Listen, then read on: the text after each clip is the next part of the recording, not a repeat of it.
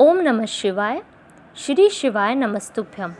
आप सभी का हमारे YouTube चैनल पे बहुत बहुत स्वागत है। आज मैं आप सभी को श्री त्र्यंबकेश्वर ज्योतिर्लिंग के बारे में जानकारी दूंगी। श्री त्र्यंबकेश्वर भगवान का मंदिर नासिक जिले में स्थित है। यह मंदिर भगवान शिव के उन 12 ज्योतिर्लिंगों में से एक है जिन्हें भारत में सबसे अधिक पूजा जाता है। मंदिर के पास ब्रह्मगिरि नमक पर्वत से पुण्य सलीला गोदावरी नदी निकलती है।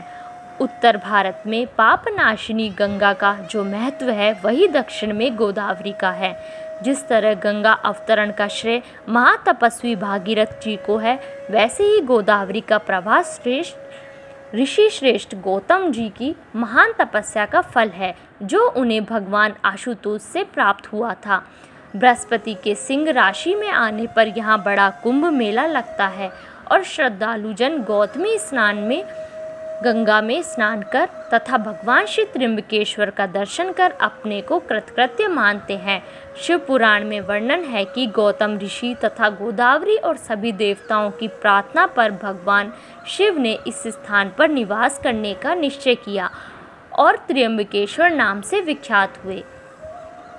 त्र्यंबकेश्वर ज्योतिर्लिंग सबसे अद्भुत और मुख्य बात यह है कि इसके 3 मुख हैं, जिन्हें एक भगवान ब्रह्मा, एक भगवान विष्णु और एक भगवान रुद्र का रूप माना जाता है। इस लिंग के चारों ओर एक रत्न जड़ित मुकुट रखा गया है, जिसे त्रिदेव के मुखौटे के रूप में माना गया है। इस मुकुट में हीरा, पन्ना और कई बेशकीमती रत्न लगे हुए हैं। त्र्यंबकेश्वर मंदिर में इसको सिर्फ सोमवार के दिन शाम 4 से 5 बजे तक दर्शनार्थियों को दिखाया जाता है। गोदावरी नदी के किनारे बने त्र्यंबकेश्वर मंदिर का निर्माण काले पत्थरों से किया गया है। इस मंदिर की वास्तुकला बहुत ही अद्भुत और अनोखी है। भव्य त्र्यंबकेश्वर मंदिर इमारत सिंधु आर्य शैली का अद्भुत नमूना है। इस मंदिर के भीतर एक गर्भगृह है, जिसमें प्रवेश करने के पश्चात शिवलिंग आँख के समान दिखाई देता है, जिसमें जल भरा रहता है। यदि ध्यान से देखा जाए तो इसके भीतर 1 इंच के 3 लिंग दिखाई देते हैं। इन तीनों लिंगों को त्रिदेव यानी ब्रह्मा, विष्णु, महेश का अवतार माना जाता है। इस मंदिर में काल सर्प दोष की शांति वैदिक पंडितों के द्वारा करवाई जाती है। शास्त्रों के अनुसार एक बार महर्षि गौतम के तपोवन में रहने वाले ब्राह्मण की पत्नियां किसी बात पर गौतम ऋषि की पत्नी अहिल्या से नाराज हो गई। उन सभी पत्नियों ने अपने पतियों को गौतम ऋषि का अपमान करने के लिए प्रेरित किया।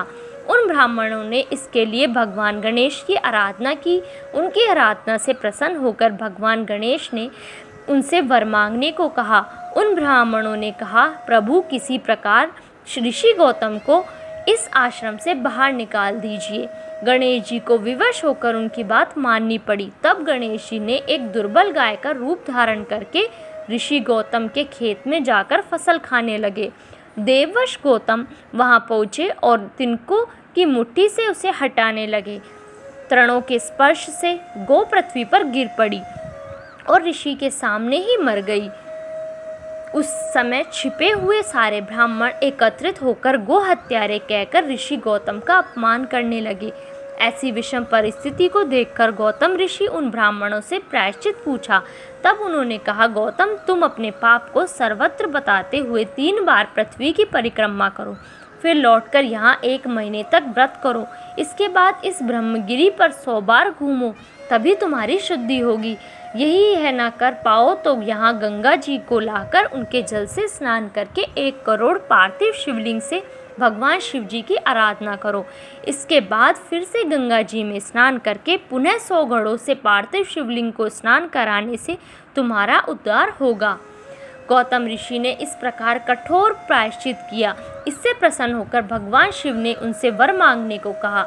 महर्षि गौतम ने कहा, भगवान आप मुझे गौहत्या के पाप से मुक्त कर दीजिए। भगवान शिव ने कहा, गौतम तुम सर्वदा निष्पाप हो। गौहत्या का अपराध तुम पर छल पूर्वक लगाया गया था। ऐसा करने के लिए तुम्हारे आश्रम के ब्राह्मणों को मैं दंड देना चाहता हूँ। इस पर महर्षि गौतम ने कहा, उन्हीं के उस कार्य से मुझे आपके दुर्लभ दर्शन प्राप्त हुए हैं। अब उन्हें मेरा परम समझ कर उन पर आप क्रोध ना करें। बहुत सारे ऋषि मुनियों और देवगणों एवं गंगा ने वहां उपस्थित होकर ऋषि गौतम की बात का अनुमोदन करते हुए भगवान शिव से सदा वहीं रहने निवास करने की प्रार्थना की। देवों के प्रार्थना करने पर भगवान भोलेनाथ वहीं गौतमी तट पर त्र्यंबकेश्वर ज्योतिर्लिंग के रूप में प्रतिष्ठित हो गए। यह त्र्यंबक नामक ज्योतिर्लिंग सभी कामनाओं को पूर्ण करता है। यह महापातकों का नाशक और मुक्ति प्रदायक है। जब सिंह राशि पर बृहस्पति आते हैं तब इस गौतमी तट पर सकल तीर्थ, देवगण और नदियों में श्रेष्ठ गंगा जी पधारती है तथा महाकुंभ पर्व होता है। अब मैं आपको बताती हूँ कि त्र्यंबकेश्वर ज्योतिर्लिंग आप कैसे पहुँच सकते हैं। अगर आप सड़क के रास्ते त्र्यंबकेश्वर मंदिर आने की सोच रहे हैं तो आप आसानी से आ सकते हैं। आप अपनी कार को खुद चलाकर या यहाँ पर टैक्सी, प्राइवेट टैक्सी या सरकारी बस से भी यहाँ पहुँच सकते हैं। औरंगाबाद, मुंबई, पुणे, नागपुर समेत कई शहरों से यहाँ के लिए डायरेक्ट बसें भी हैं। यदि आप ट्रेन से त्र्यंबकेश्वर मंदिर आना चाहते हैं तो त्र्यंबकेश्वर मंदिर के सबसे पास का रेलवे स्टेशन नासिक है, जो मंदिर से 30 किलोमीटर दूर है। नासिक रेलवे स्टेशन देश के कई शहरों से जुड़ा हुआ है और रोज़ यहाँ कई ट्रेनें आती हैं। नासिक रेलवे स्टेशन से आप ऑटो, टैक्सी या बस से मंदिर पहुँच सकते हैं। और यदि आप त्र्यंबकेश्वर मंदिर फ्लाइट से आ रहे हैं तो सबसे पास का एयरपोर्ट नासिक है, जो त्र्यंबकेश्वर मंदिर से 54 किलोमीटर दूर है। नासिक एयरपोर्ट पर पहुंचने के बाद आप आसानी से टैक्सी या बस लेकर त्र्यंबकेश्वर मंदिर पहुंच सकते हैं।